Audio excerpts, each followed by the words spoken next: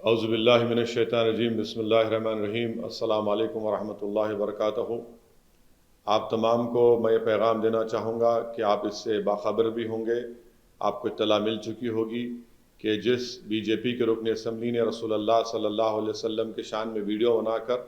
رسول اللہ صلی اللہ علیہ وسلم کے بارے میں گندگی اور بکواس بکنے کی کوشش کی، آج پچھلے 3 دنوں سے ہم تمام کی محنت اور قربانیوں کی وجہ سے اللہ سبحانہ و تعالیٰ کے کرم اور فضل سے آج حکومت تلنگانہ نے اس بی جے پی کے رکن اسمبلی کو پی ڈی ایکٹ کے تحت گرفتار کر کے اس کو جیل کو بھجا دیا۔ ہمارا سب سے بڑا یہی ڈیمانڈ تھا کہ جس شخص نے اس طرح کی واہیات اور بکواس کی ہے اس کو فوراً قانونی طور پر گرفتار عمل لائی جائے۔ یہ پہلی مرتبہ ایسا ہوا ہے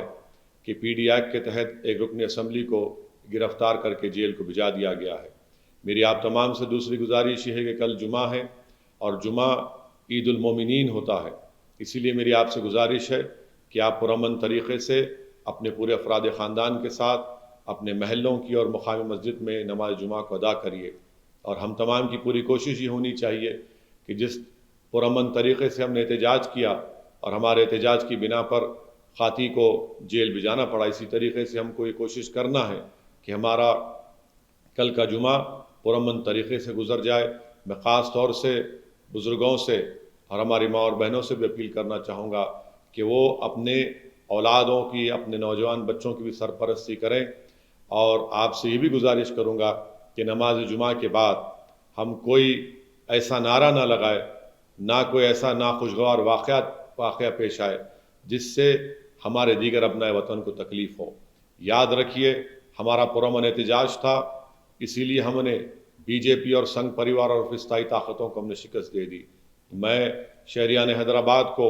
اور تلنگانہ میں بسنے والے غیور عوام کو بتانا چاہتا ہوں کہ ماضی میں بی جے پی نے یہ اعلان کیا تھا کہ وہ حیدرآباد پر سرجیکل سٹرائک کریں گے۔